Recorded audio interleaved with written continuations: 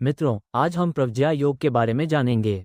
ये स्टोरी पूरी सुने। अगर अच्छी लगे तो इस चैनल को लाइक करें, शेयर करें और सब्सक्राइब करें।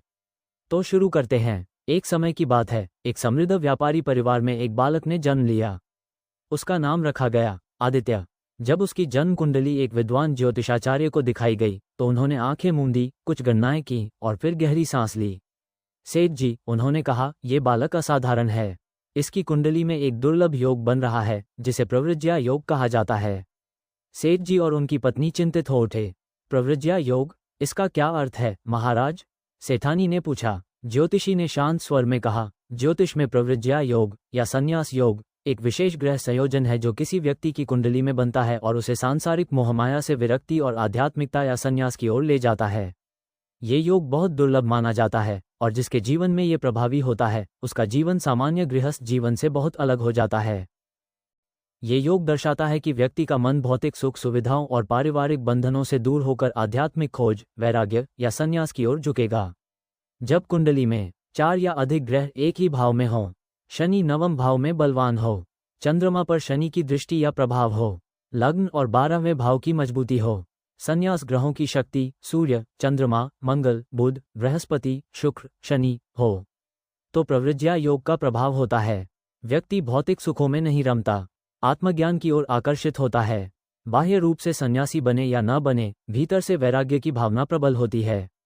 जैसे गौतम बुद्ध, महावीर स्वामी जैसे महापुरुषों की कुंडली में भी इस योग के स्पष्ट संकेत मिलते हैं।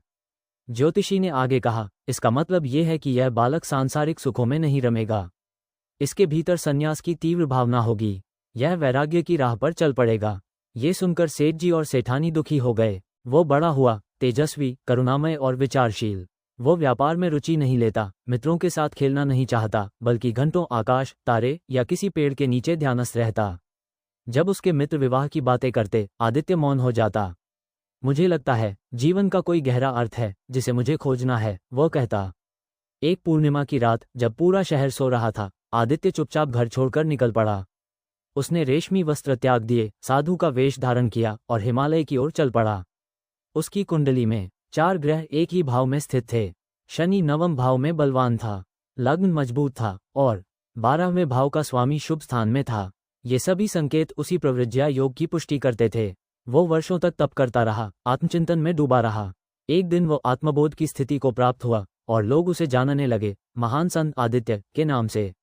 उसे अपने त्याग का कोई दुख नहीं हुआ क्योंकि उसने पा लिया था सच्चा सुख, सच्ची शांति और सच्चा आत्मज्ञान। ये कहानी दर्शाती है कि प्रव्रज्या योग कितना प्रभावशाली हो सकता है, जो व्यक्ति को सांसारिक वैभव से उठाकर उसे आध्यात्मिकता की ऊंचाइयों तक पहुंचा सकता है। तो मित्रों, अगर आपको यह वीडियो अच्छा लगा हो तो इस चैनल को लाइक करो, शेयर करो, सब्सक्राइब करो। धन्यवाद।